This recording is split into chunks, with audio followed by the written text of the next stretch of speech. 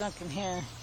Hey, how many people knew that the Democrats were the very first party in America? How many people knew that when it came to politics, the Democratic Party essentially were the ones that were very first ones to really make any kind of laws in this country? One of the things they chose to adopt was the property rights from the British Parliament. This is the same property rights that gave America their slavery rights.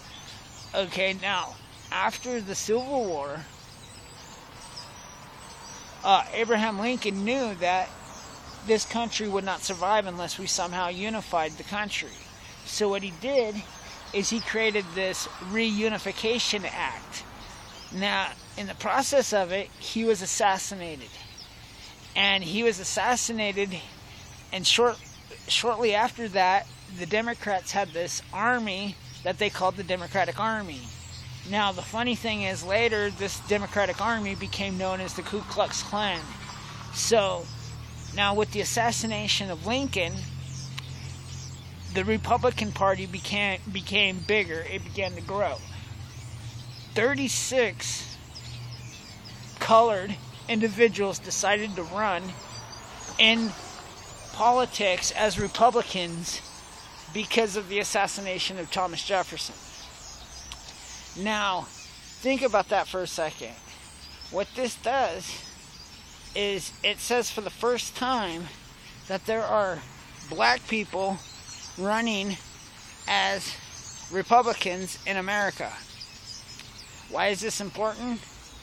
Well, because shortly after that, the Democratic Army, otherwise known as the KKK, came running into the building, the Halls of Justice, and opened fire on 32 of these black Republican Congress members.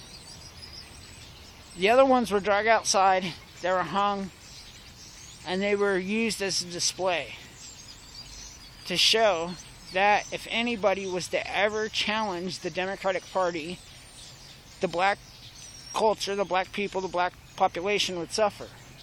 Now, keep in mind that at the time, they were afraid that these slaves who knew hard work, above all else, knew really hard work, but didn't really know how to read and write or count.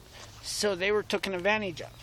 Many people hired them to do jobs, and they paid them pennies as to what they would pay the white workers. This literally enraged the white people in this country. So this led to the Democrats voting for, because they controlled everything, they ran in terror. Black people were literally afraid to vote for Republicans. They were afraid to get lynched. So many segregation laws were passed. Many Jim Crow laws were passed. And when, in 1964, when desegregation came up for a vote, the Republican Party passed it 80-60, which means 80% of the Republican Party voted for desegregation, as well only 60% voted for the Democrat. During this process, they hung a Confederate flag inside Southern Capitol buildings in order to protest desegregation. This was your Democratic Party. Later, these same Democratic Party worked with Margaret Sanger, a very well-known racist that spoke at many Ku Klux Klan rallies, and they came up with an idea, a plan, to control minority group populations, specifically black populations. This was birth control and abortion, both of which the Democratic Party passes. So when you think about who shipped your jobs, NAFTA, our trades, imports, exports, when you think about who shipped all of that in and who opened the borders for drugs, gangs, violence, and stuff like that to come in, that's all Democrats. It's not the Republicans. So think about that. When you have a president that's talking about adding jobs, which he's done, talking about one of the best economies ever, which he's done. When you talk about all the things he's done, it's leaving these liberals, these Democrats, with nothing really to say except false accusations.